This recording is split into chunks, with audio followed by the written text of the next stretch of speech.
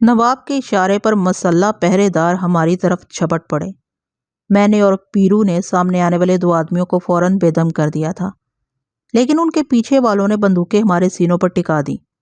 پیرو نے نال پکڑ بھی لی تھی، مگر دوسرے نے بندوق کی بٹ پوری طاقت سے پیرو کے سینے میں ماری۔ پیرو اگرچہ پیچھے نہ ہو جاتا تو اس کی پسلیاں ضرور ٹوٹ جاتی۔ کمرے میں اچانک کئی پہرے دار آ گئے۔ وہ سب کے سب چاؤش تھے، سیاہ فام، تنومند اور تمنچے بندوقیں ہاتھ میں لیے ہوئے۔ ہاتھ پیر چلانا بے سود تھا۔ نواب بھی موجود تھا۔ پیرو نے قہر آلود آواز میں اس سے کہا، نواب تم نہیں جانتا، ایک دم نہیں جانتا کہ اپن لوگ کون ہیں۔ تم اپنے لیے برا کر رہے۔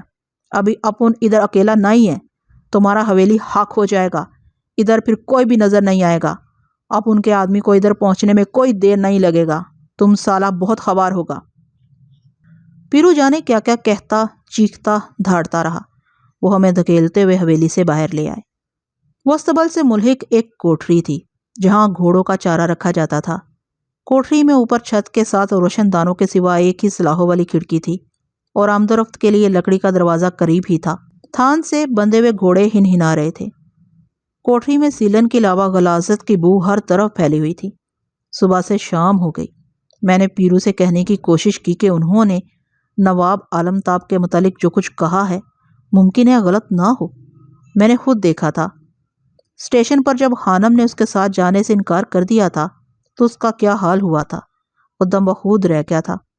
ہو سکتا ہے یہی سب ہو، ہمیں کسی اور طرح بھی سوچنا چاہیے، ورنہ جیسا وہ کہہ رہے ہیں انہوں نے ہمارے ساتھ یہی سلوک روا رکھا تو ہم یہاں گھٹ کے مر جائیں گے اور کسی کو بھی ہمارا سراغ نہیں ملے گا۔ پیرو الٹا مجھ پر بگڑنے لگا۔ تیرا مطلب ہے ابھی ہم اس کو فیض آباد کا پتہ بول دے کیا؟ میں چپ ہو گیا۔ وہ ٹھیک ہی کہہ رہا تھا۔ 2 دن گزر گئے۔ خان صاحب سلاحوں کی کھڑکی کے پاس آ کے صبح شام ہمیں سمجھاتے دھمکاتے رہے تھے۔ پیرو جواب میں انہیں گالیاں بکتا رہا۔ ہم نے کوٹری سے نکلنے کی ہر ممکن صورت پر غور کر کے دیکھ لیا تھا، لیکن باہر ایک نہیں کئی پہرے دار ہر وقت تعینات رہتے تھے اور تینوں وقت کھانا دے جاتے تھے۔ تیسرے دن جیسے ہی رات کے وقت دروازہ کھلنے کی آواز آئی، پیرو لپک کے دروازے کی آڑ میں چھپ گیا۔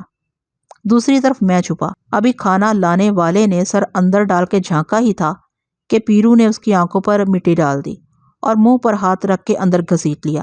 یہ دیکھ کر اس کے پیچھے موجود پہرے دار سٹ پٹاتا ہوا اندر داخل ہوا۔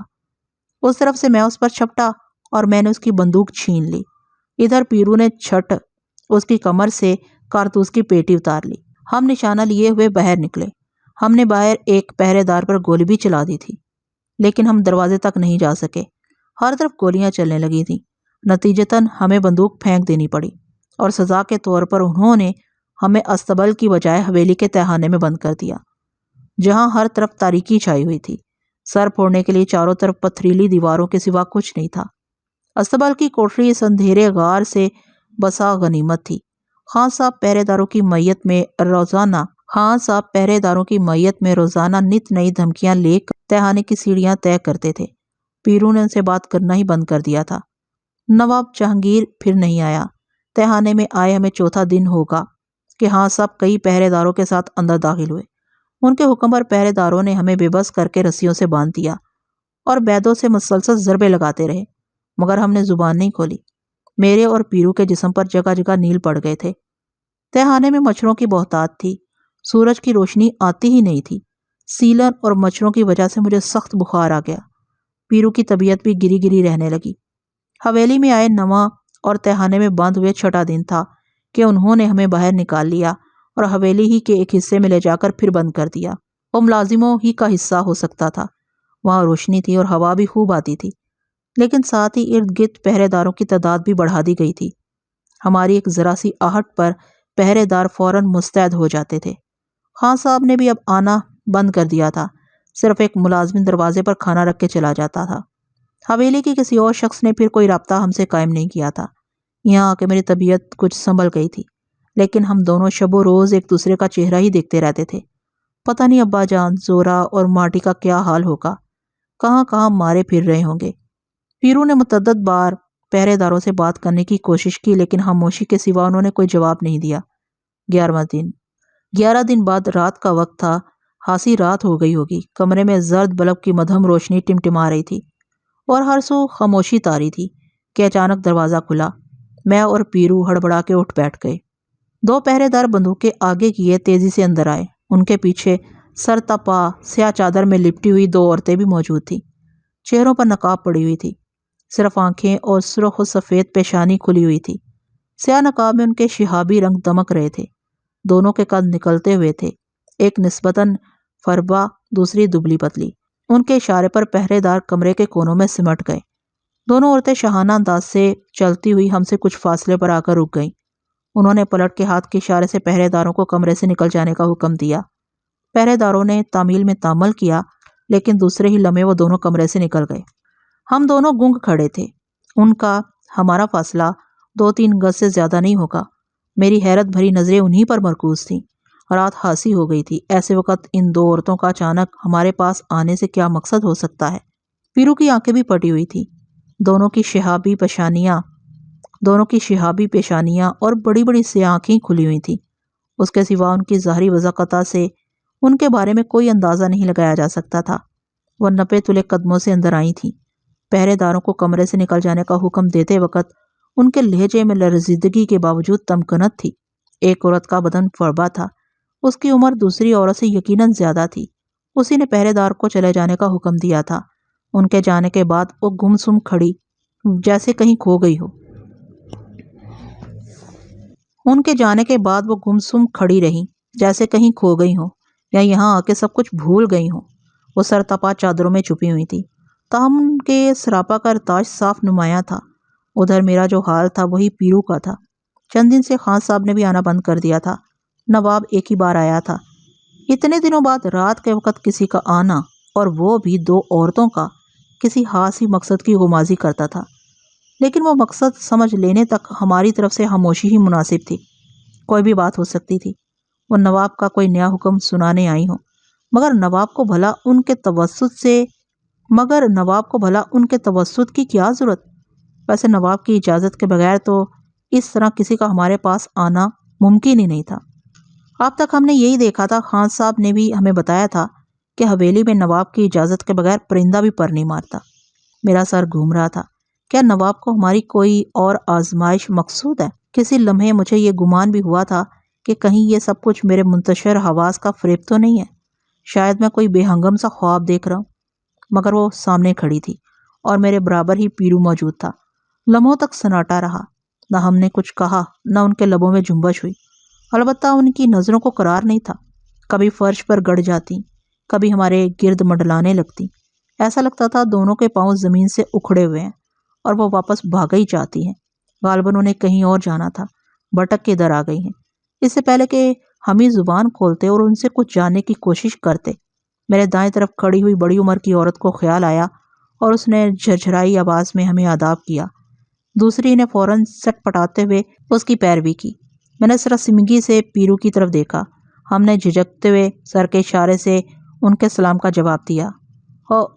اس نے ہانپتے ہوئے کہنا چاہا، ہم آپ کے۔ اس کی آواز حلق میں گھٹ رہی تھی۔ وہ اتنا ہی کہہ سکی۔ ہاں ہاں بولو مائی، پیرو نے ہکلاتے ہوئے کہا۔ چند لمحے خاموشی طاری رہی، پھر وہی عورت لڑکھڑاتی زبان سے بولی، ہم آپ سے کچھ کہنے۔ اس کا سراپا بلسا کھا گیا۔ ابھی کچھ بولے گا نہیں تو اپن کیا جواب دے گا؟ پیرو نے تنک کے کہا۔ ہم آپ کے پاس بہت امید لے کر آئے ہیں۔ وہ تیز سانسوں سے بولی۔ کیسا امید؟ پیرو نے سنسناتے لہجے میں پوچھا۔ ابھی آرام سے کھل کے بولو، آپ سے ایک التجا کرنی ہے۔ آپ ان سے؟ پیرو تذبذب سے بولا۔ تم کسی غلط جگہ آ گیا ہے، اپن تو ادھر قیدی ہے مائی۔ وہ کسی مجرم کی طرح سر جھکائے چپ رہی۔ اس کا سینہ دھڑک رہا تھا۔ ایک ثانیے کے سکوت کے بعد اس کی کسمساتی آواز پھر کمرے میں گونجی۔ ہمیں اس کا احساس ہے، لیکن تم کون ہو؟ پیرو نے اس کی بات کاٹ کے تیزی سے پوچھا۔ ہم بہت بد نصیب ہیں، اس نے دبی زبان سے کہا۔ آپ ان سے سیدھا بات کرو۔ ہم چھوٹے نواب کی بیگم اور یہ ان کی بہن۔ وہ بھرائی ہوئی آواز میں بولی۔ تم چھوٹے نواب کا بیگم ہے؟ وہ اضطراری انداز میں سر ہلا کر رہ گئی۔ ابھی تم لوگ بھی اپن سے مخول کرتا ہے؟ پیرو نے تلخی سے کہا۔ لگتا ہے نواب کے پاس سارا ہتھیار آدمی خلاص ہو گیا، جو اس نے ابھی ادھر تم کو ٹھمکا لگانے کو بھیجا ہے۔ خدا کے لیے اپنی زبان قابو میں رکھیے۔ وہی جانی لہجے میں بولی۔ کوئی بدگمانی کرنے سے پہلے ہماری بات سن لیجیے۔ چھوٹے نواب صاحب کو کسی بات کا ہوش نہیں ہے اور بڑے نواب کو علم نہیں کہ ہم یہاں آپ کے پاس دامن پھیلانے آئے ہیں۔ ابھی تم پتہ نہیں کیسا بولتا ہے، پیرو نے وحشت سے کہا۔ تمہارا مطلب ہے کہ تم نواب کا بیگم ہے؟ ہمیں اندازہ ہے، آپ کے لیے یقین کرنا مشکل ہوگا، وہ پسمردگی سے بولی، مگر ہم نے یہی کہا ہے۔ آپن نے بھی سن لیا ہے، پیرو نے تندئی سے کہا۔ جاؤ مائی، آپن بولتا ہے، ابھی ادھر سے لوٹ جاؤ۔ ابھی اپن کا زبان بھی کھلا ہے، ہاتھ بھی، اور بھی سب بند نہیں ہے، سمجھا؟ ادھر رہتے رہتے اپن کو سالہ زنگ نہیں نہیں۔ اس کی سیاہ آنکھوں میں شعلے سے لپکنے لگے اور وہ ہذیانی انداز میں بولی، بہتر ہے سوچ سمجھ کے منہ سے کچھ نکالیے، ہم نے یہاں آ کے کوئی گناہ کوئی جرم نہیں کیا ہے۔ اس کی لرزتی ہوئی آواز کمرے میں گونج رہی تھی۔ میں نے سوچا پیرو کو مزید ایسی باتوں سے باز رکھنے کے لیے درمیان میں دخل دوں۔ اسے کم سے کم اتنا خیال رکھنا چاہیے کہ سامنے عورتیں ہیں، مگر اپنی دخل اندازی سے مجھے اس کی ناراضی کا خدشہ تھا اور اس نے مجھے اس کا موقع بھی نہیں دیا۔ حویلی میں بیتنے والا وقت شاید اس پر مجھ سے زیادہ گرا گزرا تھا۔ آج کئی دن بعد کسی نے آ کے ہماری خبر لی تھی، اس لیے پیرو کے تڑکتے جسم میں آگ سی بھڑک اٹھی تھی۔ وہ زہر خند سے بولا، تم اپن کو کیا سمجھ کے ادھر آیا ہے؟ ادھر ابھی بہت سا بال دھوپ کھا کے نہیں پلٹا ہے، اتنا بہت سمجھو کہ اپن نے اتنا دیری تمہارا بات سن لیا اور ٹھہرا رہا۔ جس راستے سے آیا ہے ابھی ٹھیک ہے، اسی سے لوٹ جاؤ۔ ادھر جا کے نواب کو بولنا یہ نوٹنکی اپن بہت دیکھتا رہا ہے، اپن ابھی ادھر ہی ہے، گھر کا اصلی زنانیوں کو بھیجے گا تو اپن ضرور کچھ سوچے گا۔ آپ غلط سمجھ رہے ہیں، اور بلکتے ہوئے بولی، خدا کے لیے پہلے ہماری التجا سن لیجیے، اس کے بعد جو مرضی ہو کہہ لیجیے گا۔ آپ کے قول اور ارادے کے بارے میں سنا تھا، جو اتنی جرت بھی کر سکے۔ آپ ہمیں اس حویلی کی عزت نہیں سمجھتے تو اپنی ماں بہن ضرور سمجھ سکتے ہیں۔ کیا اتنا بھی آپ کے بس میں نہیں ہے؟ آپ کا ان رشتوں سے کبھی واسطہ نہیں پڑا؟ کیا ہم کسی ایسے رشتے کا بھرم لے کر آپ کے پاس نہیں آ سکتے تھے؟ وہ ٹوٹے ہوئے لہجے میں بولی اور یکایک اس کے سراپا میں ایک لہر سی اٹھی۔ اس نے بے تابانہ اپنے چہرے پر پڑی نقاب کھینچ لی اور اسی وحشت و اضطراب میں اپنے ساتھ آنے والی عورت کی نقاب بھی کھسوٹ لی۔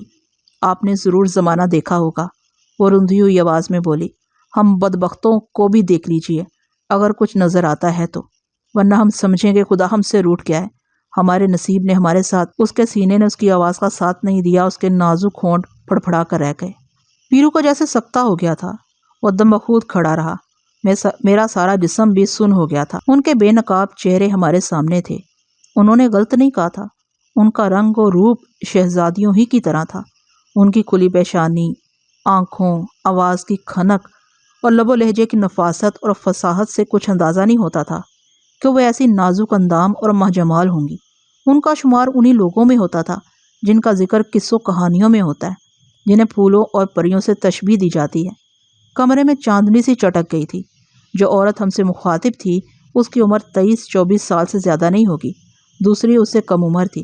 بڑی کے نقش و نگار اس کے بدن سے مختلف تھے، تیکھے تیکھے، الگ الگ کٹے اور ترشے ہوئے سے۔ چہرے سے اس کے بدن کی فربہی کا گمان معدوم ہو جاتا تھا۔ دوسری لڑکی، جیسا کہ اس نے بتایا تھا، نواب کی بہن ہی ہو سکتی تھی۔ کتابی چہرہ، ستواں ناک، پتلے پتلے ہونٹ اور لمبی لمبی پلکیں۔ دبلی پتلی ہونے کی وجہ سے وہ قد میں ذرا بڑی نظر آتی تھی اور اس کی ناک میں سونے کی لونگ دمک رہی تھی۔ دونوں کی کلائیوں میں سنہری چوڑیاں، کانوں میں ہیروں کے آویزے جگمگا رہے تھے۔ ان سے نگاہیں ملانا مشکل تھا۔ دونوں کا رنگ سرخ و سفید تھا، بلور کی طرح صاف و شفاف چہرے، پاکیزگی، تمکنت اور یاسیت ان پر چھائی ہوئی تھی۔ جیسا کہ لوگ کہتے ہیں، خدا نے شاید فرصت ہی میں انہیں تراشا تھا۔ کوئی بھی ایک نظر دیکھ کے کہہ سکتا تھا کہ ان کا واسطہ مخمل و اطلس ہی سے رہا ہے۔ ہم بہت مجبوری کی حالت میں آئے ہیں، مگر کسی آسرے پر۔ ہمیں گنگ دیکھ کر اس نے زیر لب کہا، پر آپ ادھر کیوں آیا ہے؟ پیرو تھکی ہوئی آواز میں بولا، ہماری سمجھ میں نہیں آتا کہ ہم کس منہ سے کہیں، وہ اضطراب سے بولی۔ ایک اپنے بھائی کی، دوسری اپنے شوہر کی زندگی آپ سے مانگنے آئی ہے۔ ابھی آپ کیسا بولتا ہے؟ پیرو نے بوجھل لہجے میں کہا، زندگی موت کا دھندا تو اوپر والا ہی کرتا ہے، ادھر اپنا زندگی ہی بس میں نہیں تو دوسرے کو کیا دے گا؟ بخدا اس میں ہمارا کوئی قصور نہیں ہے۔ یقین کیجئے ہمیں یہاں آپ کو اس حالت میں دے کے بہت دکھ ہوا ہے۔ ہمارے اختیار میں ہوتا تو ہم کبھی یہ ستم روا نہ رکھتے۔ ہم آپ کو بتائیں، شاید آپ کو اندازہ ہوگا ہی کہ حویلی میں ہماری حیثیت ایک تماشائی کی سی ہے۔ منہ میں زبان رکھتے ہوئے بھی ہم بے زبان ہیں، ہاتھ پیر سلامت ہوتے ہوئے بھی بہت بے دست و پا ہیں۔ ہمیں معلوم ہو چکا ہے آپ یہاں کس طرح آئے تھے اور آپ کے ساتھ کیا کچھ ہوتا رہا ہے، مگر ہم ابھی آپ کام کا بات بولو، ادھر آپ کو زیادہ دیر ٹھہرے رہنا ٹھیک نہیں ہے، پیرو نے آہستگی سے کہا۔ ہم کیا کہیں، یہاں آنے کو آ گئے ہیں، لیکن آپ کے سامنے کوئی منت کرتے ہوئے ہماری آواز ساتھ نہیں دیتی، ہمیں آپ سے کچھ مانگنے کا حق نہیں پہنچتا، ہم اپنا یہ حق جتانے کے لیے کسی نازک اور محترم رشتے ہی کا سہارا لے سکتے تھے، اسے آپ خود غرضی کہہ لیں یا کچھ اور۔ اگر آپ کا دل ہمیں کسی معتبر رشتے کی عزت دینا گوارا نہیں کرتا تو ایک اور رشتہ تو ہمارے آپ کے درمیان موجود ہے، انسان کا رشتہ، ہم آپ کو اسی کا واسطہ دیتے ہیں۔ کاش ہم کسی قابل ہوتے، اس ستم ظریفی کا ہمیں احساس ہے کہ آپ کی کوئی مدد کرنے کی بجائے الٹا ہم آپ سے کچھ طلب کرنے آئے ہیں۔ جس رشتے کے حوالے پر ہمیں اصرار ہے اس کی پاسداری کے ہم خود متحمل نہیں۔ کاش ہمارا حوصلہ اتنا مضبوط ہوتا کہ ہم آپ کے لیے اس بند حویلی کے دروازے کھول سکتے، ہم بہت شرمسار ہیں۔ اب اس کو جانے دو، آپ نے اپنے بولنے کو کچھ نہیں چھوڑا ہے۔ پیرو کی آواز ڈھلک گئی تھی۔ آپ اپنا بات کرو، اپن آپ کے لیے ابھی کیا کر سکتا ہے؟ آپ چاہیں تو بہت کچھ کر سکتے ہیں، وہ بے قراری سے بولی۔ ہم آپ سے کہنے آئے ہیں کہ جو کچھ آپ نے سنا ہے غلط نہیں ہے، چھوٹے نواب صاحب کا یہی حال ہے، روز بروز ان کا ہوش ان سے چھنا جاتا ہے، انہیں کسی کی فکر نہیں، جیسے سب کو بھول گئے ہوں، حتیٰ کہ اپنے آپ کو بھی، نہ کھانے کا ہوش ہے نہ پینے کا، لباس تبدیل کیے ہوئے دن ہو جاتے ہیں، صبح شام بس خیالوں خوابوں کی دنیا میں گم دیواریں تکتے رہتے ہیں، جسم میں خون ہی نہیں رہا ہے۔ اگر آپ نے پہلے انہیں دیکھا ہے تو آپ شاید مشکل سے پہچان پائیں، شروع میں تو کسی کو کچھ پتہ ہی نہیں چلا کہ انہیں کون سا دکھ کھائے جا رہا ہے، کس کی نظر لگ گئی ہے، لیکن پھر کچھ چھپا نہ رہ سکا، میرے کان سنسنا رہے تھے، اس کا ایک ایک لفظ حسرت اور شکایت سے لبریز تھا، جلی ہوئی سی آواز، آدمی بس سنتا دیکھتا رہ جائے۔ میں کہا کچھ کہہ نہیں، آپ اس کے لیے اپن کے پاس آیا ہے، پیرو نے حیرت امیز لہجے میں کہا۔ آپ بولتا ہے وہ آپ کا شوہر ہے؟ اس کی آنکھوں سے آنسو جھلکنے لگے، کپ کپاتے ہونٹوں سے بولی، جی ہم انہی کی بات کر رہے ہیں۔ ابھی اپن سمجھا، پیرو نے گہری سانس لے کر کہا اور بدحواسی سے بولا، پر اب جانتا ہے آپ کیا بول رہا ہے؟ ہم اپنے ہوش و حواس میں ہی ہیں، جانتے ہیں کہ ہم کیا کہہ رہے ہیں، ان کی خوشی ہمیں جان سے زیادہ عزیز ہے، ہم اپنی جانب سے اگر ان کی کوئی چارہ گری کر سکتے ہیں، انہیں کوئی سکھ دے سکتے ہیں تو وہ یہی ہے، ان کی حالت ہم سے دیکھی نہیں جاتی، ہم سے کیا کسی سے بھی نہیں دیکھی جاتی، آپ کا ان سے واسطہ نہیں پڑا، یہاں کسی سے بھی پوچھ لیجئے کہ وہ دل کے کتنے اچھے ہیں، انہوں نے کبھی کسی کو دکھ نہیں دیا، کبھی کسی سے سر اٹھا کے اونچے لہجے میں بات نہیں کی، بڑی سے بڑی ناروا بات مسکرا کر ٹال دینا ان کی عادت رہی ہے، ہم آپ کو کیا بتائیں ان کے مزاج میں کیسی فقیری کلندری ہے، دوسروں کے کام آنا، حویلی کے معمولی سے معمولی ملازم کا دکھ بانٹنا، ان کی خیر خبر رکھنا ہی ان کا شیوا رہا ہے، ہم اگر یہ کہیں کہ برداشت اور رواداری ان پر ختم ہے تو کچھ غلط نہ ہوگا، یہ ہم ان سے اپنی خاص نسبت کی طرفداری نہیں کر رہے ہیں، حقیقت یہی ہے، لیکن جب سے انہیں چپ لگی ہے گزرا ہوا سب کچھ خواب ہو گیا ہے، اب وہ کسی کی طرف پلٹ کر بھی نہیں دیکھتے، کون مر رہا ہے کون جی رہا ہے کسی سے نہیں پوچھتے، اس پر کیا گزرتی ہے، سبھی کو بھول گئے، ہم جانتے ہیں وہ کتنے خوددار اور غیرت مند ہیں، وہ یہی کر سکتے ہیں کہ اپنی آگ اپنے ہی سینے تک محدود رکھیں، مگر انہیں خیال نہیں رہا کہ یہ آگ ان کی زنجیروں سے بندھے ہوئے لوگوں تک کیسے نہیں پہنچے گی، یہ زنجیریں تو انہوں نے خود پہنائی تھی، یہاں حویلی سے خوشی روٹ گئی ہے، دن ہو گئے، روز بروز یہ ویرانی بڑھتی ہی جاتی ہے، کوئی خوش نہیں، وہ چپ ہیں تو سبھی کو چپ لگ گئی ہے، حویلی کا ہر شخص ان کے لیے دعا کرتا ہے، کسی کے سمجھ میں نہیں آتا کہ وہ کیا کرے، کہاں جائے، کون سے در پر جا کر دستک دے، کون سی کھو میں ان کی روح جا چھپی ہے، یہاں کتنے ایسے ہیں جو ان کے لیے اپنی جان لٹانے کے منتظر ہیں، پر انہیں معلوم تو ہو، کہیں سے کوئی اشارہ تو ملے کہ مراد کی منزل کون سی ہے، وہی بولتی رہی، میں اور پیرو دزیدہ نظروں سے اسے تکتے رہے، اس کے رخساروں پر آنسو لرز رہے تھے، کمرے میں ہر سو اس کی آواز بکھری ہوئی تھی، دوسری لڑکی کی آنکھیں بھی بھری ہوئی تھیں، اس کے ہونٹوں کی لرزش سب کچھ کہہ رہی تھی، نواب کی بیگم نے ایک لمحے توقف کیا اور امڑتی نگاہوں سے مجھے اور پیرو کو دیکھنے لگی، پیرو بت کی طرح ساکت کھڑا رہا، یہاں آپ کے پاس ایک دل شکستہ بہن اور ایک تیرا نصیب سہاگن ہی نہیں آئی ہے، وہ سسکیاں بھرتے ہوئے بولی، چھوٹے نواب صاحب ہمارے نہیں سبھی کے، ابھی بس کرو، پیرو نے سر جھٹک کے کہا، ابھی آپ کو اور کچھ بولنے کا ضرورت نہیں ہے، اپن ابھی سب سمجھتا ہے، پہلے بھی جانتا تھا، پر اپن کیا بولے، ہم آپ سے ہاتھ جوڑ کے درخواست کرتے ہیں، وہ عاجزی سے بولی، خدا کے لیے، نہیں ابھی ایسا مت کرو، پیرو نے کسی قدر ترشی سے کہا۔ ابھی آپ ہی سوچو، اپن ادھر پنجرے میں بند اپنا خون کیوں پی رہا ہے؟ ہم سمجھتے ہیں یقیناً کوئی ایسی نزاکت ہوگی جو آپ کو یہ سب کچھ سننے پر مجبور کر رہی ہے۔ کوئی ایسی ہی بات ہے، بڑی بات ہو سکتی ہے، لیکن آپ یقین کیجئے، ہم آپ سے وعدہ کرتے ہیں، ہم آپ کی پاسداری پر آنچ نہیں آنے دیں گے۔ آپ سے مشورہ کیے بغیر، آپ کی اجازت لیے بغیر ہم کوئی قدم نہیں اٹھائیں گے۔ ہم قسم کھاتے ہیں کہ یہاں کسی اور سے اس کا تذکرہ بھی نہیں کریں گے۔ ہم خود جا کے اپنے طور پر خانم سے درخواست کریں گے، چاہے ہمیں دنیا کے آخری کنارے تک جانا پڑے۔ ہم خانم سے گزارش ہی کر سکتے ہیں، باقی سب کچھ ان کی مرضی و منشا پر منحصر ہے۔ ہم پر اعتماد کیجیے، ہم انہیں کسی ناروا صورتحال سے دوچار کرنے کی لرزش نہیں کریں گے۔ ہمارا مقصد ان کی زندگی میں زہر بونا نہیں ہے۔ ہم بھی عورت ہیں، اچھی طرح جانتے ہیں کہ گھر میں بیٹھی ہوئی ایک عورت کی عزت و آبرو کیا چیز ہوتی ہے۔ ہم ایک کوشش ہی کر سکتے ہیں، ہم ان کے پاس جا کے سب کچھ بیان کر دینے کا ایک موقع ضرور چاہتے ہیں۔ ہمیں یقین ہے خانم کا دل اتنا سخت نہیں ہوگا، ان کے دل میں چھوٹے نواب کے لیے ضرور کوئی گوشہ ہوگا، کوئی دبی ہوئی چنگاری۔ وہ چاہے ہمیں دھتکار دیں یا نامراد لوٹا دیں، مگر ہمیں ایک یہ جتن بھی کر لینے دیجیے۔ آپ ہم پر اتنا رحم نہیں کریں گے؟ وہ بین کرتی ہوئی آواز میں بولی۔ ابھی کم بولو بیگم صاحب، پیرو نے شکستہ لہجے میں کہا۔ جو آپ بولتا ہے سب ٹھیک ہے، اپنے کو اس میں کوئی کھوٹ دکھائی نہیں دیتا، اپنے کو اس پر بھروسہ ہے، پر اپن کے پاس ابھی کچھ بھی نیا نہیں ہے۔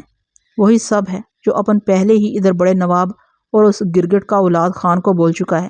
نہیں، وہ تقریباً چیختے ہوئے بولی۔ ہم تو بہت امید، بہت آرزو لے کے، اس کا چہرہ جل رہا تھا، خفقانی انداز میں کہنے لگی۔ خدا کے لیے ہمیں مایوس مت کیجیے، آپ زیادہ بولے گا تو اب ان کو دکھ ہوگا۔ پیرو کے لہجے میں افسردگی کے ساتھ بےچارگی بھی شامل تھی۔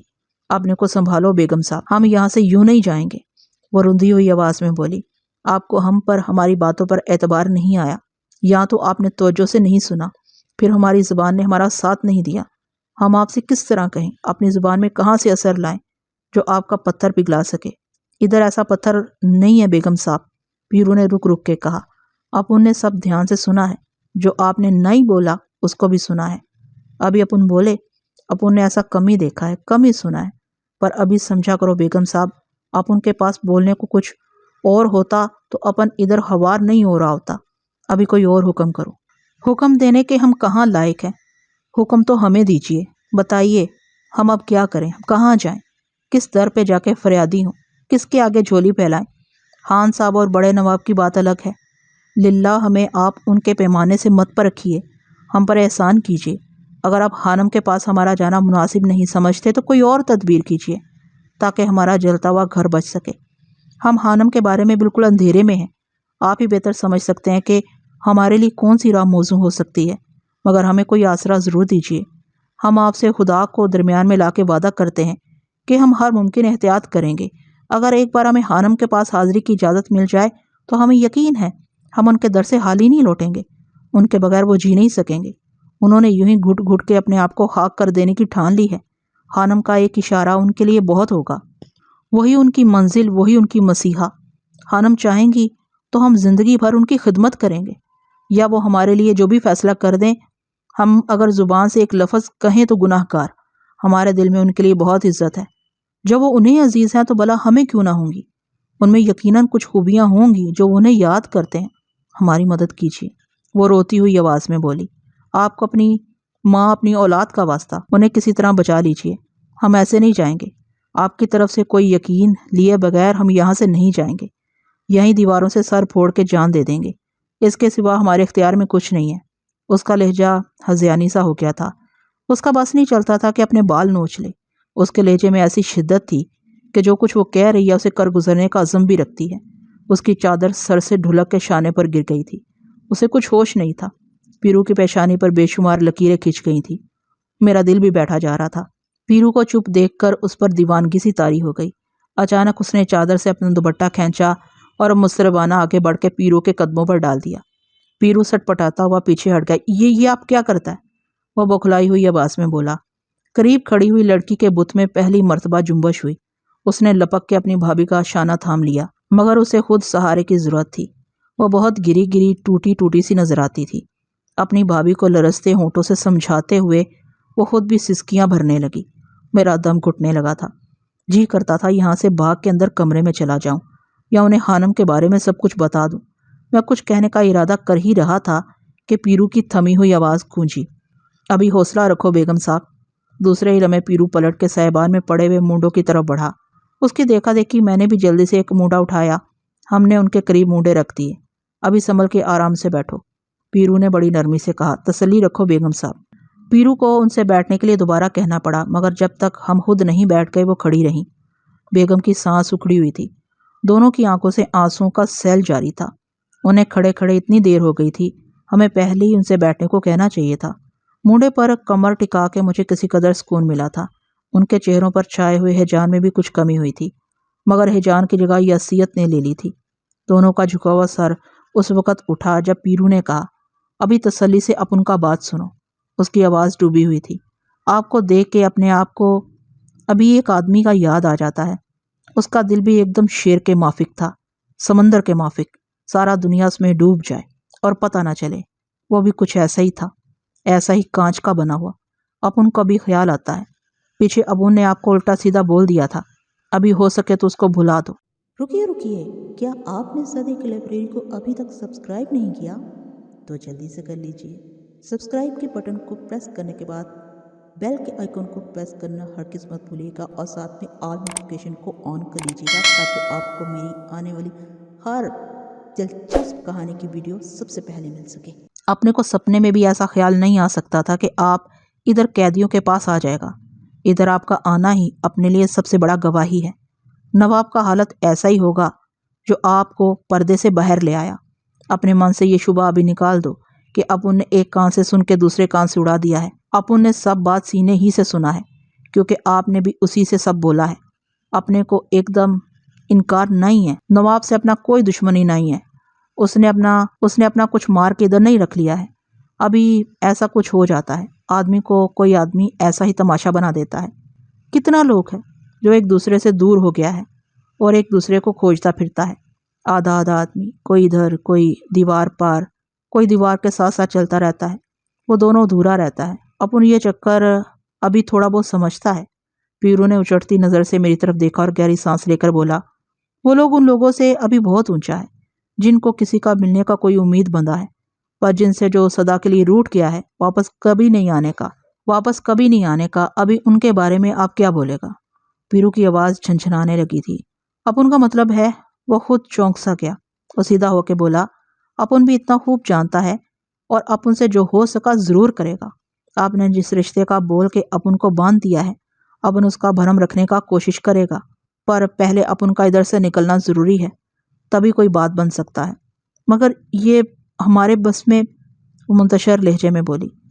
جس اعتبار کی بات آپ کرتا ہے، اس ٹائم اپن کو اس کا آپ سے زیادہ ضرورت ہے، پیرو نے تیزی سے کہا۔ اگر یہ ہمارے لیے ممکن ہوتا تو آپ سے منت کرنے سے پہلے ہم یہی کرتے۔ بخدا ہمیں ایسا کوئی شبہ نہیں ہے کہ باہر جا کر آپ زبان سے پھر جائیں گے۔ ہمیں آپ کے قول پر مکمل بھروسہ ہے۔ یہ اندیشہ ان لوگوں کو ہو سکتا ہے جنہوں نے آپ کو یہاں محصور کر رکھا ہے۔ ہم کھلے دل سے یہاں آئے ہیں، نہ کسی شرط کے اہل ہیں، نہ اسے مناسب سمجھتے ہیں۔ کسی کے کچھ طلب کرنے کے یہ انداز نہیں ہوتے۔ ہماری معذوری کسی شرط وغیرہ سے وابستہ مت سمجھیے۔ ہم تو اتنے بے بس ہیں کہ ان لوگوں کو قائل بھی نہیں کر سکتے۔ کچھ یہ کہ ان سے یہ دروازے کھولنے اور پہرے ہٹانے کے لیے کہہ سکتے۔ تو آپ اس وقت کا انتظار کرو بیگم صاحب، جب بڑے نواب کا آنکھ کھل جائے اور اس کا ماتھا ٹھکانے پر آ جائے۔ اس کو جا کے بولو، اپن ادھر ہی مر جائے گا۔ اپن کا سر بہت پہلے سے گروی رکھا ہوا ہے، ہم اس طرح کچھ نہیں بتائے گا۔ وہ اپن کو نہیں جانتا، خود اپنے لیے کانٹے بو رہا ہے۔ کبھی نہ کبھی اپنا آدمی ادھر اپنا بوجھ سونگتا ہوا ضرور آئے گا، اور اپن بولتا ہے پھر بہت برا ہوگا۔ وہ لوگ حساب ہمیشہ صاف رکھتا ہے۔ یہ سب کچھ ہمیں جتانے سے کیا حاصل؟ یہ حویلی جل رہی ہے، اس کے بعد اور کیا ہو سکتا ہے؟ وہ تیز لہجے میں بولی۔ ہمارے لیے تو ہم سے سب کچھ دور ہی ہوتا جا رہا ہے، نامعلوم کیوں۔ ہمیں کچھ ایسا گمان ہوتا ہے کہ آپ کو کوئی ضد سی ہو گئی ہے۔ اگر واقعی ہمارا قیاس درست ہے تو ایک شخص کی زندگی کی خاطر آپ کو یہ ضد ترک کر دینی چاہیے۔ کچھ لوگ پاگل ہو گئے ہیں تو ان کی سزا ایک آدمی کی زندگی نہیں ہو سکتی۔ ہم یہی سوچ کے آئے تھے کہ آپ کو سارا حال بتا دیں، کہیں بڑے نواب صاحب سے یہ باتیں آپ تک منتقل کرنے میں کوئی چوک نہ ہو گئی ہو۔ یہاں آنے کے لیے ہمیں کیسی کیسی دیواریں عبور کرنی پڑی ہیں ہم ہی جانتے ہیں۔ کئی دن سے ارادے باندھ رہے تھے۔ بڑے نواب صاحب آج دربار کی کسی تقریب میں گئے ہوئے ہیں۔ اسی باعث یہاں تک رسائی حاصل کرنا ممکن ہو سکا۔ ضد کا بات نہیں ہے بیگم صاحب۔ ضد کس بات کا؟ ادھر مار کھانے، اپنا خون جلانے اور کتا بننے کا ضد؟ پیرو نے درستی سے کہا۔ بڑے نواب کیا سمجھ گئے؟ اس سے پہلے کہ پیرو کچھ کہتا وہ گڑگڑا کے بولی، ان کی بات جانے دیجیے، نہ جانے انہیں کیا ہو گیا ہے، اس ظلم کا ان کے پاس کیا جواز ہے، کیا سوچ کے انہوں نے یہ غیر انسانی غیر اخلاقی رویہ اختیار کیا ہے۔ یہ انہی کی سوچ کی بات ہے۔ ہم تو یہی کہہ سکتے ہیں کہ چھوٹے بھائی کی محبت نے ان کے قلب و ذہن بری طرح متاثر کیے ہیں۔ خانم کی تلاش میں انہوں نے اور ان کے فرستادوں نے کوچے کوچے کی خاک چھانی، مگر کوئی نتیجہ نہ نکلا۔ اب اتنے عرصے بعد کہیں سے انہیں آپ کی آمد کی اطلاع ملی تو وہ اپنے حواس میں نہیں رہے۔ ہم آپ سے کہتے ہیں ان کی دیوانگی بھائی کی طرف سے مسلسل مایوسی کے سبب ہی سے ہے۔ ضد ان کے مزاج میں شروع سے ہے، وراثت میں ملی ہے۔ دوسرے بھائی کی بھی یہ ضد ہی ہے جو انہوں نے خود پر طاری کر رکھی ہے۔ بڑے نواب صاحب نے آپ کے متعلق غلط اندازہ لگایا تھا۔ انہیں معلوم نہیں تھا کہ لوگ اتنے بڑے حوصلے اور بات کے دھنی ہو سکتے ہیں۔ اب وہ ایک غلطی کے بعد اس پر اصرار کر کے دوسری بڑی غلطی کے مرتکب ہو رہے ہیں۔ ممکن ہے کل انہیں اس کا احساس ہو جائے اور کل وہ آپ سے معذرت کر کے عزت کے ساتھ آپ کو رخصت کر دیں، لیکن سر دست یہ ہماری خوش اندیشی ہی ہے۔ تب وقت خدا انہیں کسی ایسی نیکی کی توفیق عطا فرما دے۔ وہ کل نہ جانے کب آئے۔ 10-11 دن گزر چکے ہیں، ادھر ہم سے ایک پل نہیں کاٹا جاتا۔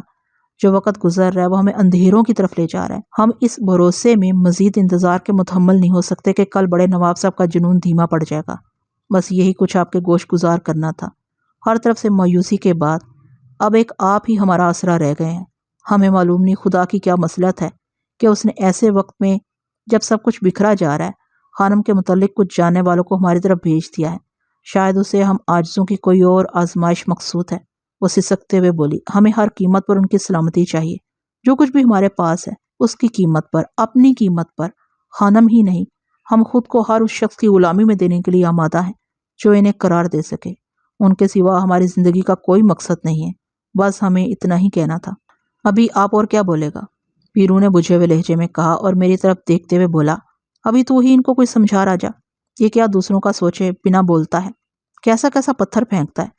تیرا زبان شاید ان کی سمجھ میں آ جائے کہ اب ان کو ابھی کس بات کا خوف، کس بات کا پاس ہے۔ ان کو بول اپن بھی گھر گرستی والا آدمی ہے اور باہر پوچھنے والا بھی کچھ کم نہیں ہے۔ ادھر کون گلی گلی اپن کے لیے سر پھوڑتا ہوگا، اپن کو کدھر جانا تھا کدھر آ گیا۔ گھر سے کب سے دور ہے، ابھی کون روتا کون شور مچاتا ہوگا، کس کو چمڑی نچوانا اچھا لگتا ہے۔ ابھی تو ہی ان کو کچھ بول۔ میں کیا کہوں دادا، میں نے بدحواسی سے کہا، میری سمجھ میں کچھ نہیں آتا۔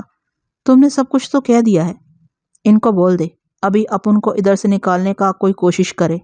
پیرو بھنبھناتی آواز میں بولا، اپن سیدھا خانم کے پاس جائے گا، ہم مجبور ہیں۔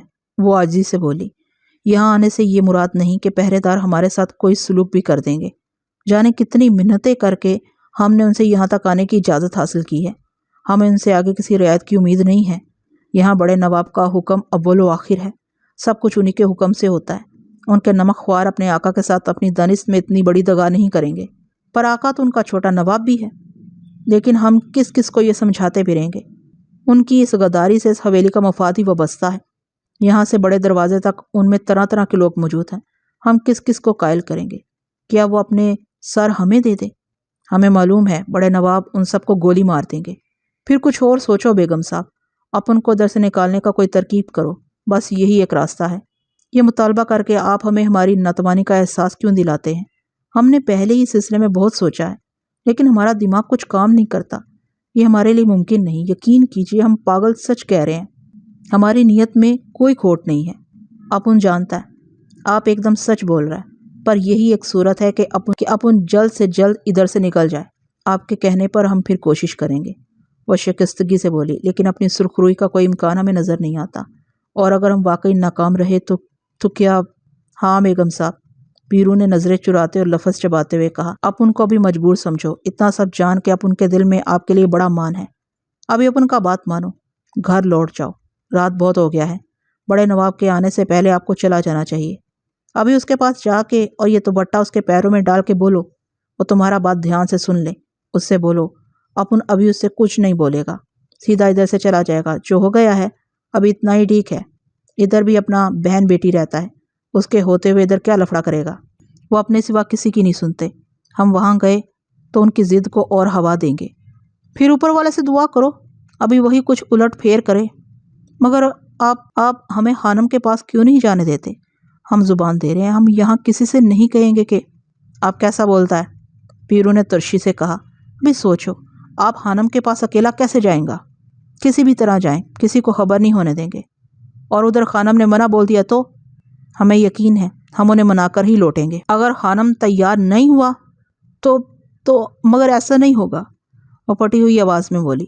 پھر ہم اپنے مقدر پر صبر شکر کر لیں گے۔ اور ادھر اب ان کا کیا بنے گا؟ آپ چند لمحوں کے لیے وہ تذبذب میں پڑ گئی، پھر بےتابی سے بولی، آپ تو ویسے بھی یہاں ہیں، خانم کے انکار سے آپ پر کیا فرق پڑے گا؟ کیونکہ یہ سب کچھ تو ہم ہی تک محدود رہے گا۔ آپ کی آزادی کا دار و مدار بڑے نواب صاحب کی مرضی و منشا پر ہے۔ اگر ہم اپنے مقصد میں کامیاب ہو گئے جیسا کہ ہمارا دل کہتا ہے تو بڑے نواب صاحب پھر کیا حجت کریں گے؟ آپ سمجھ رہے ہیں نا؟ اس کی آواز یکایک چمکنے لگی، جیسے کسی ڈوبتے ہوئے کو کنارہ نظر آ جائے یا گپ اندھیرے میں کہیں سے روشنی کی کرن پھوٹ پڑے۔ ہمارے کہنے کا مطلب یہ ہے کہ آپ کی اجازت سے ہم اپنے طور پر ایک کوشش کرتے ہیں، خانم کی خدمت میں حاضری دیتے ہیں۔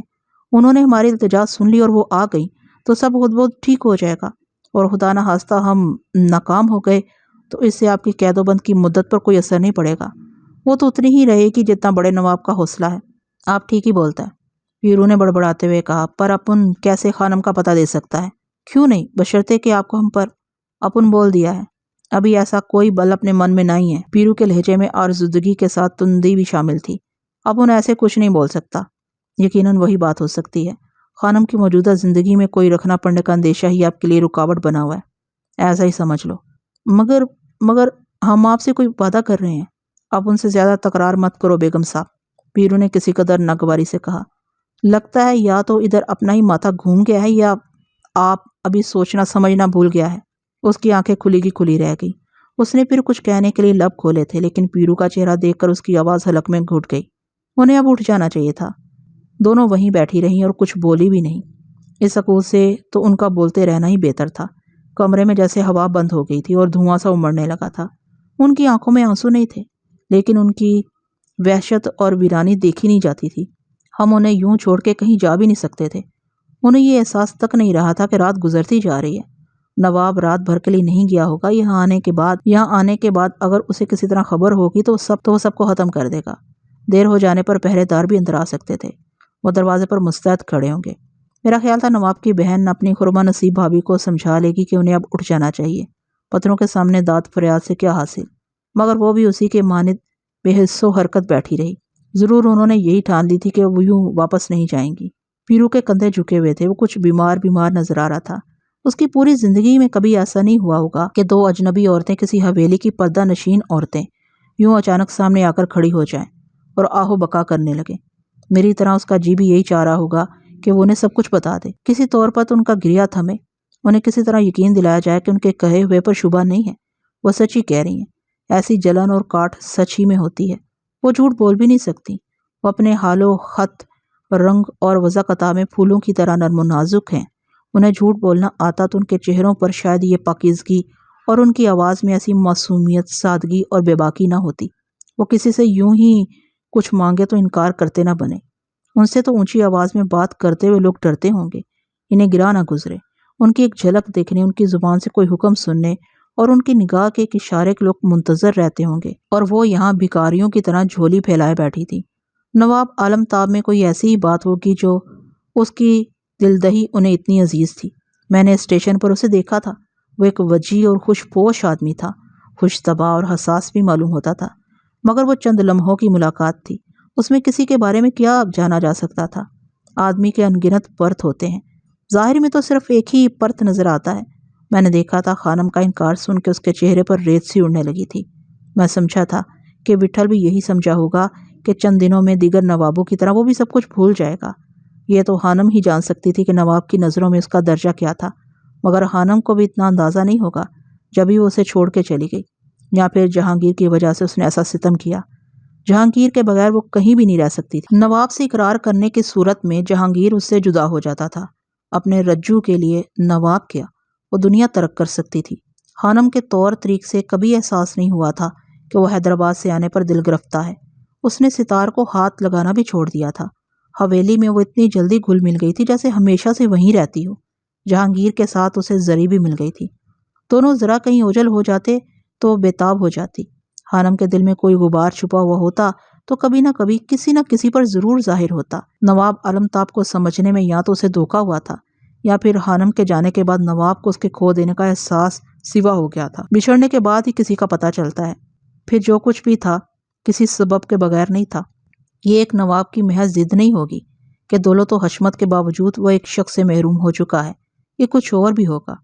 یہ بس کوئی آندھی ہے، ایک آگ سی ہے جو خود بخود جل اٹھتی ہے اور آدمی کا سارا وجود لپیٹ میں لے لیتی ہے۔ نواب کی بہن اور بیگم کو کیا معلوم تھا کہ جو کچھ انہوں نے کہا ہے اس کے معنی سے وہ خود اتنا آشنا نہیں ہے جتنا سننے والے ہیں۔ وہ کن لوگوں کو یہ سب کچھ جتا رہی ہیں جنہیں خاک چھانتے ہوئے برسوں گزر گئے ہیں۔ خانم کو حیدرآباد سے گئے دن ہی کتنے ہوئے تھے اور نواب سے اس طرح جدا نہیں ہوئی تھی جس طرح دوسروں سے کوئی بچھڑ گیا تھا۔ وہ وہاں سے نہیں اٹھی، ان کے رخساروں پر زردی کھنڈی ہوئی تھی، پھول جیسے چہرے کملا گئے تھے۔ پیرو سر جھکائے بیٹھا تھا، شاید خود سے نبرد آزما تھا۔ کمرے میں بظاہر سکوت چھایا ہوا تھا مگر گرجتا بین کرتا ہوا سکوت دیر ہو گئی۔ وہی نیم چاند نتواں بیٹھی رہی۔ آخر پیرو نے انہیں سمجھانے کے لیے جھجکتے ہوئے دوبارہ زبان کھولی۔ چڑھنے کی دیر تھی، بیگم پھوٹ پھوٹ کے رونے لگی۔ پیرو نے ہونٹ بھینچ لی اور بے بسی سے میری طرف دیکھا۔ دوسری کی آنکھیں بھی پھر امڑنے لگی تھیں۔ آنسوؤں کے سوا ان کے پاس کہنے کے لیے شاید کچھ نہیں رہ گیا تھا۔ ان کی آہوزاری سے میرا دل بری طرح دھڑک رہا تھا، سارا جسم جیسے رسیوں سے جکڑا ہوا تھا۔ مجھ سے چپ نہ رہا گیا۔ میں نے کہا، بیگم صاحبہ آپ کچھ سمجھنے کی کوشش کیجیے۔ میری آواز لڑکھڑا رہی تھی۔ آپ ہمیں اتنا پشیمان نہ کیجیے۔ میں پہلی مرتبہ ان سے مخاطب ہوا تھا۔ میری آواز پر ان کی مضطرب نظریں مجھی پر مرکوز ہو گئیں۔ انہیں میرے لہجے پر حیرت سی ہوئی تھی اور ایک لحظے کے لیے ان کے سراپا متزلزل ہو گئے تھے۔ میں نے تیز سانسوں سے کہا، خانم اب کسی گھر میں رہتی ہیں، کسی چار دیواری میں، یہاں سے بہت دور، ایسی ہی کسی حویلی میں۔ بازار کی آزادی سے گھر کے کسی زندہ میں مقید ہونے کا فیصلہ ان کا اپنا تھا، کوئی انہیں خرید کے یا برگلا کے نہیں لے گیا۔ وہ بازار کی زندگی ترک کرنے کے لیے نہ جانے کب سے کسی سہارے کے منتظر تھیں کہ ہم لوگ ان کے سامنے آ گئے۔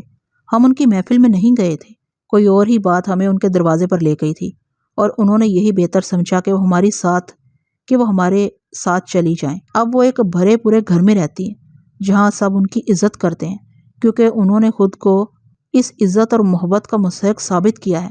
جس وقت وہ ہمارے ساتھ اس شہر کو حیدرآباد کہے جا رہی تھیں، نواب صاحب اسٹیشن آئے تھے، میں وہاں موجود تھا۔ اس وقت مجھے تھوڑا بہت اندازہ ہوا تھا کہ نواب صاحب کو خانم سے کس قدر وابستگی ہو سکتی ہے، حالانکہ نواب صاحب کے آنے کا انداز نوابوں جیسا ہی تھا۔ وہ لاؤ لشکر کے ساتھ آئے تھے، صاف ظاہر ہوتا تھا کہ وہ کچھ طے کر کے آئے ہیں، لیکن خانم نے بھی کوئی عزم کر رکھا تھا اور وہ جن لوگوں کے ساتھ جا رہی تھیں وہ بھی کسی کا ہاتھ تھام کے چھوڑنا نہیں جانتے تھے۔ فیصلہ خانم پر آ کے ٹھہرا تھا اور خانم نے نواب صاحب سے معذرت کر لی تھی۔ پھر نواب صاحب نے ظرف کا ثبوت دیا اور ہوش مندی کا بھی۔ وہ خاموشی کے ساتھ راستے سے ہٹ گئے۔ ان کا یہ وہم دور ہو گیا تھا کہ ہم خانم کو بجبر کہیں لے جا رہے ہیں۔ اتنی وضاحت کی ضرورت نہیں ہے مگر بہتر ہے کہ آپ کو پوری بات معلوم ہو جائے، شاید آپ کو احساس ہو کہ بازار اور گھر میں کیا فرق ہوتا ہے۔ خانم کسی گھر سے بازار میں نہیں گئی ہیں، اب وہ بہت پرسکون اور مطمئن نظر آتی ہیں۔ ہم یہ بات وثوق سے کہہ سکتے ہیں کہ انہوں نے اپنی یہ نئی دنیا دل و جان سے قبول کی ہے۔ معلوم ہوتا ہے جیسے وہ برسوں سے اس حویلی میں آباد ہوں، بلکہ وہی پیدا ہوئی ہوں۔ جو لوگ انہیں لے گئے تھے وہ ایک طرح سے ان کے ضامن بھی ہیں اور سرپرست بھی۔ ان پر ان کی پاسبانی کا فرض عائد ہوتا ہے۔ جب تک وہ بازار میں تھی کوئی ان کی عزت کا نگہدار نہیں تھا اور وہاں اس کی ضرورت بھی نہیں تھی، لیکن اب وہ ایک گھر میں ہیں، کسی گھر کی آبرو ہیں۔ ہم اس سے منکر نہیں ہیں، ہم تو، وہ چپٹتی آواز میں بولی، ہم تو، پہلے مجھے کہنے دیجیے، میں نے تیزی سے کہا۔ اب وہی کہنا چاہتی ہوں گی جس کا اظہار آپ نے پہلے بھی کیا ہے، یہی کہ خانم بازار میں واپس نہیں آ رہی ہیں، یہاں بزم آرائی کے لیے نہیں۔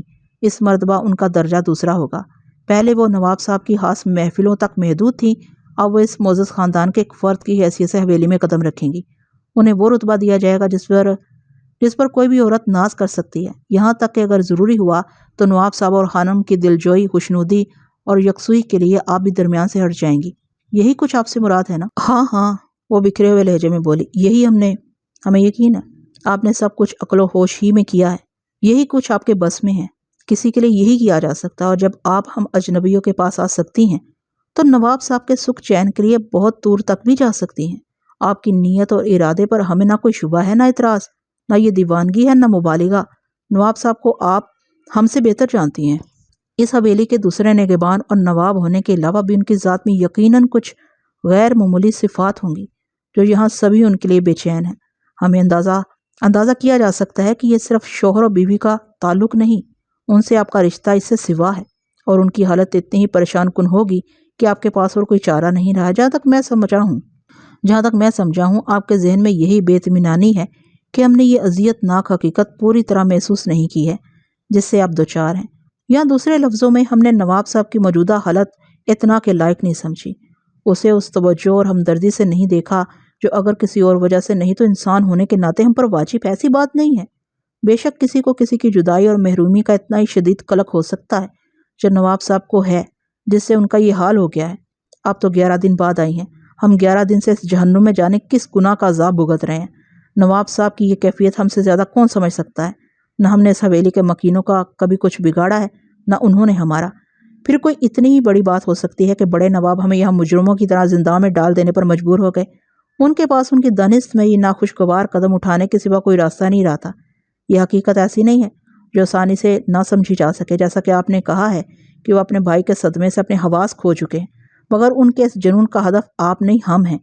بیدوں کے نیل ہمارے جسم پر پڑے ہیں، اسبل کی کوٹری اور اندھیرے تہخانے میں ہمیں رکھا گیا تھا، ہر طرف سے بندوقیں ہم پر تنی ہوئی ہیں۔ ہم سے زیادہ اور کسی نواب عالمتاب کے حال سے آگہی ہوگی۔ بڑے نواب نے ہمیں جانوروں کی طرح برتا ہے، جیسے ہم ان کے زرخرید غلام ہوں۔ انہیں کسی قانون اخلاق کا پاس نہیں رہا، کوئی احساس نہیں کہ ہمارے اس طرح روپوش ہو جانے سے اور کتنے لوگ متاثر ہوں گے۔ ہم آپ کو بتائیں کہ یہاں ہم اکیلے نہیں آئے تھے، کوئی اور بھی ہمارے ساتھ تھا، کچھ اور لوگ۔ یہ شہر ہمارے لیے بھی اجنبی ہے، ان کے لیے بھی۔ ان سے بس ہم رات کو دیر سے آنے کا کہہ کر نکلے تھے۔ اب پورے 11 دن گزر چکے ہیں۔ دوسروں کی وابستگیاں بھی اتنی شدید ہو سکتی ہیں، راہ تکتے تکتے ان کی آنکھیں پتھر ہو گئی ہوں گی۔ وہ بھی ایسے ہی بدحواس اور دیوانے ہو سکتے ہیں کہ کچھ کر گزریں۔ ہم آپ کو کیا کیا بتائیں کہ کن حالات میں ہم یہاں آئے تھے، ہمیں کہاں جانا تھا، کن لوگوں کے پاس جنہیں کھوئے ہوئے برس ہو چکے ہیں۔ ایک زمانے کے بعد اب کہیں ان کے چہرے دیکھنے کی امید بندھی تھی۔ ایک بوڑھا کن کن منزلوں سے گزر کے ایک مدت بعد اپنے گھر جا رہا تھا۔ یہ حادثہ اسے میری آواز جھجھرانے لگی۔ ابا جان کا اشکبار چہرہ بار بار آنکھوں کے سامنے آ جاتا تھا۔ بڑے نواب نے ہمیں کو قید نہیں کیا، ہمارے رونے والوں کو بھی کہیں نہ کہیں کر رکھا ہے۔ یہ کیسا زندان ہے جس کی کوئی تاریخ، کوئی مدت مقرر نہیں، نہ عدالت نہ گواہ، اتنی اجازت بھی نہیں کہ باہر بھٹکے ہوئے اپنے عزیزوں کو مطلع کر سکے۔ آدمی مر جائے تو چین آ جاتا ہے، لیکن اس طرح اچانک گم ہو جائے اور کوئی سراغ نہ ملتا ہو تو… میرا گلا بیٹھنے لگا تھا۔ میں نے سانس لینے کے لیے تحمل کیا۔ ان دونوں کی نظریں مجھے پر ٹکی ہوئی تھیں۔ پہلی بار نواب کی بہن نے کچھ کہنا چاہا، مگر اپنی بھابھی کو دیکھ کر بےتابی سے پہلو بدل کر رہ گئی۔ میں آپ سے یہی کہنا چاہتا ہوں کہ اتنا کافی نہیں ہے، میں نے ٹھہرے ہوئے لہجے میں کہا۔ اس کے باوجود آپ کو شکوہ ہے کہ ہم نے آپ کی باتوں پر غور نہیں کیا، یا ہمیں چھوٹے نواب پر گزرنے والے وقت کی شدت کا احساس نہیں۔ آپ کے آنے سے پہلے بھی ہم خوب جانتے تھے، بڑے نواب نے اچھی طرح یہ سب کچھ ہمیں باور کرا دیا تھا، مگر ہمارے پاس کرنے اور کہنے کو کچھ ہوتا تو اب تک صورتحال مختلف ہوتی۔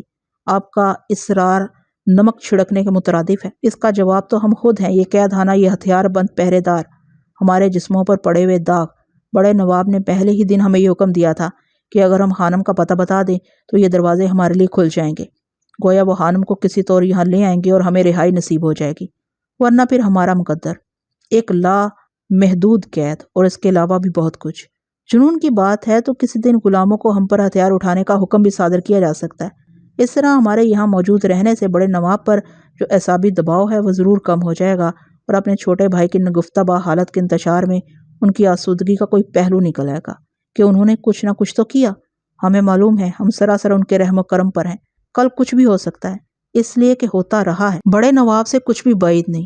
یہ سب کچھ جاننے کے باوجود ہماری زبان بند ہے۔ آخر کیوں؟ ہم اندھے نہیں ہیں، سب کچھ ہمارے سامنے ہے، کسی دلیل یا تعویل کا محل ہی کہاں ہے۔ ہمارا دل یہ سب جان کے دیکھ کے بہت دکھتا ہے۔ پہلی مرتبہ نواب کی بہن نے تپیدہ لہجے میں کہا۔ اس کی آواز میں شستگی اور کھنک کے ساتھ کوئی چمک سی تھی، اور اپنی بھابھی سے زیادہ اعتماد بھی۔ ہم نے بڑے نواب کی وکالت نہیں کی ہے، نہ ہمارے یہاں آنے کا یہ مقصد تھا۔ ایک شخص دیوانہ ہو گیا تو سزاوار ہم کہاں ٹھہرتے ہیں۔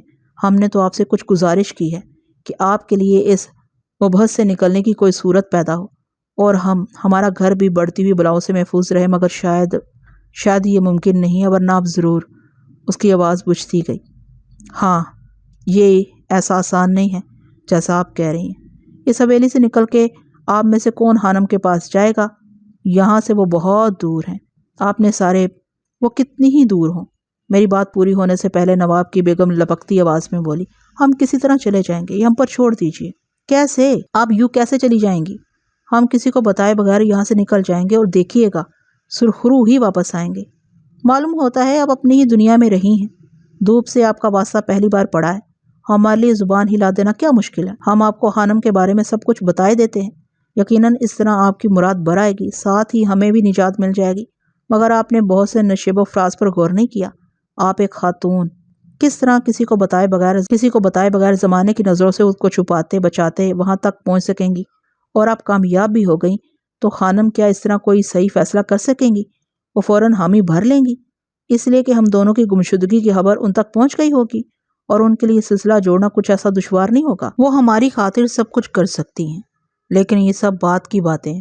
وہاں اور بھی لوگ ہم سے غرض رکھنے والے موجود ہیں۔ وہ زمانہ دیکھے ہوئے ہیں، انہیں آدمی کی آہٹ سننے کی بھی دیر نہیں لگتی، اور ان کے سر بڑے نواب کے سر سے زیادہ کشیدہ ہیں۔ وہ آپ کو وہاں سے واپس نہیں آنے دیں گے، اور اس حویلی میں پھر شاید کوئی بھی باقی نہ رہے۔ آپ ان سے واقف نہیں ہیں۔ اگر یہ سب کچھ ان سے روپوش بھی رہا، انہیں کوئی بھنک نہ مل سکی کہ آپ کی آمد سے ہماری قید و بند کا کوئی تعلق نہیں ہے۔ خانم کو بھی آپ نے اس کا احساس نہ ہونے دیا، تو بھی خانم اس عالم میں گھر سے نکلنے پر کیسے تیار ہو جائیں گی جب خود ان کے گھر میں صفِ ماتم بچھی ہوئی ہو، ان کے گھر کے 2 افراد لاپتہ ہوں؟ اگر آپ نے خانم کو ہمارے متعلق سب کچھ بتا کے خاموش رہنے پر آمادہ کر لیا، یا خانم نے مصلحتاً خود ہی زبان بند رکھنا مناسب سمجھا، اور وہ گھر کے تمام لوگوں کو ایک دوسرا صدمہ دیکھ کے چپ چھپاتے آپ کے ساتھ نکل بھی آئیں، بے شک ہمارے نام پر وہ چلی آئیں گی، لیکن کیا ہمیں یہ گوارا ہوگا؟ ہمیں یہ گوارا کر لینا چاہیے کہ وہ یہاں اس انداز سے اور اس بنیاد پر چلی آئیں؟ ہماری آزادی کی قیمت پر ہم اپنے گھر کی حرمت یوں ارزاں کر دیں؟ زندگی اور موت کا کھیل ہمارے لیے نیا نہیں ہے۔ بڑے نواب کا خیال ہے کسی دن ہم ضرور تھک جائیں گے، وہ ہمارا آخری دن ہوگا۔ اسے اگر آپ ضد سمجھتی ہیں تو غلط نہ ہوگا، مگر یہ ضد بے جواز نہیں ہے۔ ہم ان لوگوں سے مزید کیا توقع رکھ سکتے ہیں جن کے لیے اپنی غرض سب سے مقدم ہے؟ ہمیں یاد ہے بڑے نواب نے پہلے ہی دن خانم کے بازار کا تانا دیا تھا۔ وہ گالی انہوں نے خانم کو ہی نہیں ہمیں بھی دی تھی۔ انہوں نے ہمیں لاکھوں روپے کی پیشکش کی تھی، اس لیے کہ ان کے پاس ایک ہی پیمانہ ہے، مگر کچھ چیزیں بے مول بھی ہوتی ہیں جسے دوسروں کے دکھ کا احساس نہیں، جو درندگی کی حد تک شکیل قلب ہو۔ ہم اسے خانم کا پتہ بتا دیں، اور اس کی کیا ضمانت ہے کہ خانم کے آنے کے بعد بڑے نواب ہم سے دستبردار ہو جائیں گے؟ وہ ہمارے چہرے محفوظ کیوں نہ رکھیں گے تاکہ خانم کو ان کے حکم سے سرتابی کی مجال نہ ہو؟ جب خانم بازار میں بیٹھتی تھی اس وقت سب کچھ ممکن تھا، لیکن اب ایسا نہیں ہے۔ جہاں خانم رہتی ہیں اس گھر کی عزت بھی آپ کی حویلی سے کچھ کم نہیں ہے۔ وہاں فرشتے رہتے ہیں۔ آپ کا اصرار ہے کہ سب کچھ آپ تک ہی محدود رہے گا، مگر ہم اس مفروضے پر اتنی بڑی غلطی، اتنا بڑا جرم نہیں کر سکتے۔ ہاں، ہم نے وعدہ کیا ہے، ہم جا کے خانم سے سب کچھ گوش گزار کر دیں گے۔ یہی ایک شریفانہ طریقہ ہے۔ خانم آ جائیں گی، ہم ان سے کہیں گے تو وہ کبھی منع نہیں کریں گی۔ وہ یہ نیکی ضرور کریں گی، لیکن پورے وقار کے ساتھ۔ وہ اس حویلی میں اپنی مرضی سے قدم رکھیں گی، جبر سے نہیں۔ ہم بڑے نوابیاں کسی اور کو اس کی اجازت نہیں دیں گے۔ خانم کھلی اور ناولودہ فضا ہی میں اپنے لیے بہتر فیصلہ کر سکیں گی، اس طرح اور ان حالات میں نہیں۔ اگر آپ منہ میں زبان رکھتی ہیں اور جو کچھ ہم کہہ رہے ہیں درست سمجھتی ہیں تو ذرا سا حوصلہ بھی پیدا کیجیے۔ بڑے نواب کے پاس جا کر کہیے کہ وہ اپنا دماغ درست کر لیں، وہ آگ سے کھیل رہے ہیں۔ بڑے نواب کی لگام کھینچنا آپ کے بس میں نہیں تو کسی طور ہمیں یہاں سے نکالنے کی سبیل کیجیے۔ ہم بہر صورت اس رشتے کا احترام کریں گے جس کا آپ نے حوالہ دیا ہے۔ رگوں میں خون کی گردش کے ساتھ میری آواز بھی تیز ہو گئی تھی۔ اس سے پہلے کہ میرے منہ سے کچھ اور نکل جاتا میں نے اپنی زبان روک لی۔ وہ ہمتاً گوش سنتی اور میری صورت دیکھتی رہی۔ میری خاموشی پر دونوں چونک سی گئی۔ میں نے پھر کچھ اور نہیں کہا۔ پیرو بھی چپ رہا۔ نواب کی بہن پٹ پٹاتی پلکوں سے کبھی مجھے کبھی اپنی بھابھی کو دیکھتی تھی۔ اس کے نتنے پھڑک رہے تھے، ہونٹوں کے کوشے بار بار کپکپانے لگتے تھے۔ بیگم سر جھکائے گہری سانسیں بھرتی رہیں۔ آنسوؤں سے مجھے بہت وحشت ہوتی ہے۔ مجھے یہ جان کر کچھ تسلی ہوئی کہ ان کی آنکھیں پہلے کی طرح لبریز نہیں ہیں، اور نہ ان میں پہلے جیسی دہشت اور ویرانی ہے۔ دونوں کے چہروں پر اضطراب کی بجائے یسیرت تمیز سکون چھایا ہوا تھا، جو ہر دلیل ختم ہو جانے اور سارے جتن کر لینے کے بعد ہی نظر آتا ہے۔ انہوں نے کچھ نہیں کہا، ہمارے سامنے بیٹھی رہیں۔ ابھی آپ کیا سوچتا ہے؟ پیرو نے سکوت توڑا اور تذبذب سے بولا، ابھی اپنا نہیں تو اس کا کوئی بات تمہارے دل میں اترتا ہے؟ بیگم نے کوئی جواب نہیں دیا، مگر نواب کی بہن اضطراب سے بولی، ہمارے پاس اظہار ندامت کے سوا کچھ نہیں ہے، ہمیں معاف کر دیجئے کہ ہم نے آپ کو… نہیں، پیرو نے نرمی سے کہا، ابھی آپ کا اس میں کیا دوش ہے؟ اب ان کے لیے یہ سب کچھ نوا بات نہیں ہے، دیکھے گا ابھی آگے کیا ہوتا ہے۔ ابھی آپ گھر واپس جاؤ، ہماری سمجھ میں نہیں آتا کہ ہم آپ کی کیا مدد کر سکتے ہیں، نواب کی بہن بےتابانہ شائستگی سے بولی۔ ابھی آپ اپنے اور ہمارے لیے بس دعا کرو، دعا کے علاوہ بھی اگر ہم سے کچھ ہو سکا تو یقین کیجئے کوئی کوتاہی نہیں ہوگی، نواب کی بہن نے جھلملاتی آواز میں کہا۔ وہ بولتی تھی تو کمرے میں چھناکا سا ہوتا تھا، جیسے شیشہ ٹوٹ جائے اور کرچیاں بکھر جائیں۔ کہنے لگی، خانم واقعی خوش قسمت ہے کہ انہیں آپ جیسے پاسبان ملے ہیں، ہم سے سمجھنے میں چوک ہوئی تھی، ہمیں اس قدر تکرار نہیں کرنی چاہیے تھی۔ ہم تصور کر سکتے ہیں کہ خانم کی زندگی کتنی پرمسرت ہوگی، بے شک انہیں ایسے نہیں آنا چاہیے۔ شبی بھائی کو اللہ اپنی ایمان میں رکھے۔ شبی بھائی سے مراد نواب علمتاب ہی ہو سکتا تھا۔ ابھی سب ٹھیک ہو جائے گا، پیرو نے بدبداتے ہوئے کہا۔ اپن کو امید ہے ادھر زیادہ دیری نہیں لگے گا، ادھر سے چھوٹ کے اپن خانم کے پاس ہی جائے گا۔ پیرو نے اسے پھر دلاسا دیا، اپن آپ لوگ کو بھول نہیں پائے گا، ہمیں آپ کے ہر کال پر اعتبار ہے۔ وہ یاسیت سے بولی، وقت نے آپ کے ساتھ کوئی سلوک کیا اور ساتھ ہی شبی بھائی کو کچھ مہلت دے دی تو ضرور ایسا ہوگا، خدا کرے یہی ہو۔ وقت ملے گا گڑیا رانی، ضرور ملے گا، پیرو نے بے قراری سے کہا۔ ابھی تم دل اتنا چھوٹا مت کرو، پھر تم نے یہ کیسا بات شروع کر دیا ہے، ایسا مت بولو، یہ سب کچھ وقت کی مہربانی ہی پر منحصر ہے، وہ گرفتہ لہجے میں بولی۔ پھر کچھ سوچتے ہوئے کہنے لگی، اگر آپ مناسب سمجھے تو یہاں موجود اپنے ساتھیوں اور عزیزوں کا پتہ دے دیجئے، ہم ہر ممکن احتیاط سے کسی طور بھی انہیں آپ کے بارے میں اطلاع پہنچانے کی کوشش کریں گے۔ آپ بہت بھولا ہے بٹیا لوگ، اپن ایسا کیسے کر سکتا ہے؟ وہ اگر الٹا سیدھا ادھر آ گیا تو اپن کے ساتھ جال میں پھنس جائے گا، سمجھا؟ ہم انہیں یہاں کا پتہ بتائیں گے ہی نہیں، کوئی رکا تحریر کر دیجئے۔ پیرو ہنس کے بولا، وہ ادھر پریشان ہو جائیں گا بی بی، اب اس کو جانے دو۔ کاش ہم آپ کی کسی خدمت کے اہل ہوتے، آپ کے کام آ کے ہمیں بہت خوشی ہوتی۔ اس کے لہجے میں ورفتگی تھی۔ آپ کا اتنا بولنا بہت ہے، بڑے ڈرتے ڈرتے آئے تھے، لوگ آپ کے بارے میں طرح طرح کی باتیں کہتے تھے، بہت عجیب باتیں، سن سن کے دل ہولتا تھا، مگر شبی بھائی کی حالت ایسی تھی کہ آئے بغیر چین نہ ملتا، اور جیسا کہ بھابھی جان نے کہا تھا، یہی سوچ کے کچھ تقویت ہوتی تھی کہ جو لوگ اتنے مصائب کے باوجود اپنے عزم کے اتنے پختہ ہو سکتے ہیں، وہ ایسے برے نہیں ہو سکتے۔ وہ سب بہتان تراشتے تھے۔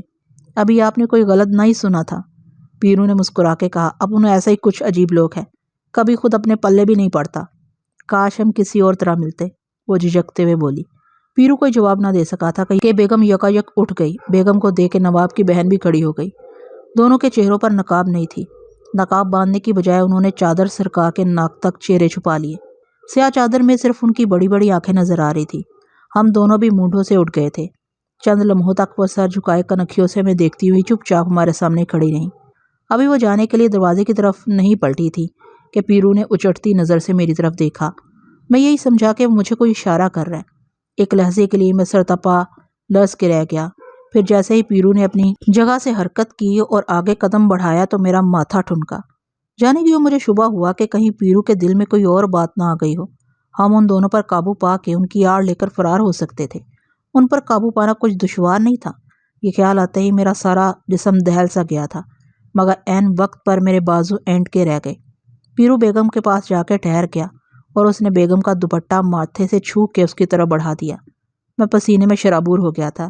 میں نے خود پر لان تان کی کہ مجھے ایسا گمان ہی کیوں ہوا۔ یقیناً یہ ایک بہترین موقع تھا، لیکن پیرو کے ذہن میں ایسی کوئی بات آ ہی نہیں سکتی تھی۔ انہیں یرغمال بنا کے فرار ہونے سے موت بہتر تھی، پھر ان سے اتنا کچھ کہنے کی کیا ضرورت تھی؟ میں نے دل میں شکر ادا کیا کہ میرے چھپڑتے ہوئے بازو اٹھے نہیں، ورنہ نواب کی بہن اب تک میری گرفت میں ہوتی۔ دوپٹہ واپس کرتے ہوئے پیرو نے بیگم کے سر پر ہاتھ رکھا تو اس نے اپنی آنکھیں بھیچ لیں اور منہ چھپا کر ہڑکنے لگی۔ پیرو اس کا شانہ تھپ تھپاتے ہوئے فوراً نواب کی بہن کی طرف متوجہ ہو گیا، جو جھلملاتی نگاہوں اور چھبکتی پلکوں سے اپنے پاس کھڑے ہوئے پیرو کو دیکھ رہی تھی۔ پیرو نے اس کا شانہ تھام کے سرگوشیانہ لہجے میں کچھ کہا ضرور تھا، میں نہیں سن سکا، مگر پیرو نے کوئی ایسی ہی بات کہی تھی کہ لڑکی کی آنکھوں کی چمک اور گہری ہو گئی تھی اور اس کے گالوں پر سرخی پھوٹ آئی تھی۔ پیرو نے بے اختیار اس کی پیشانی چوم لی۔ اس کے وجود میں یکلخت ایک ہجان سا طاری ہوا اور وہ کھڑے کھڑے لہرا سی گئی۔ ایسا محسوس ہوا جیسے ایک پل میں اس کا سراپا ریزہ ریزہ ہو جائے گا۔ سراپا ریزہ ریزہ ہو جائے گا۔ اچھا ہوا کہ پیرو نے اس کا بازو چھوڑ دیا اور وہ خود سنبھل گئی۔ پھر وہ وہاں نہیں ٹھہری، تیزی سے مڑ کے دروازے کی طرف لپک پڑی۔ دروازے پر جا کر اس نے پلٹ کے ایک نظر مجھے اور پیرو کو دیکھا اور اپنی بھابھی کے ساتھ کمرے سے اوجھل ہو گئی۔ کمرے پر رات کا سناٹا مسلط ہو گیا تھا۔ ان کے جاتے ہی پہرے دار اندر آ گئے تھے اور دروازے کے پاس انہوں نے اپنی پرانی جگہ سنبھال لی تھی۔ میں اور پیرو وہیں مونڈوں پر خاموش بیٹھے رہے۔ پھر کچھ دیر بعد اندر کے کمرے میں چلے آئے۔ یہاں 2 چارپائیاں، جگ اور گلاس کے سوا کوئی چیز نہیں تھی۔ پھر بھی یہ کمرہ استبل کی کوٹری اور تہانے سے بدرجہ بہتر تھا۔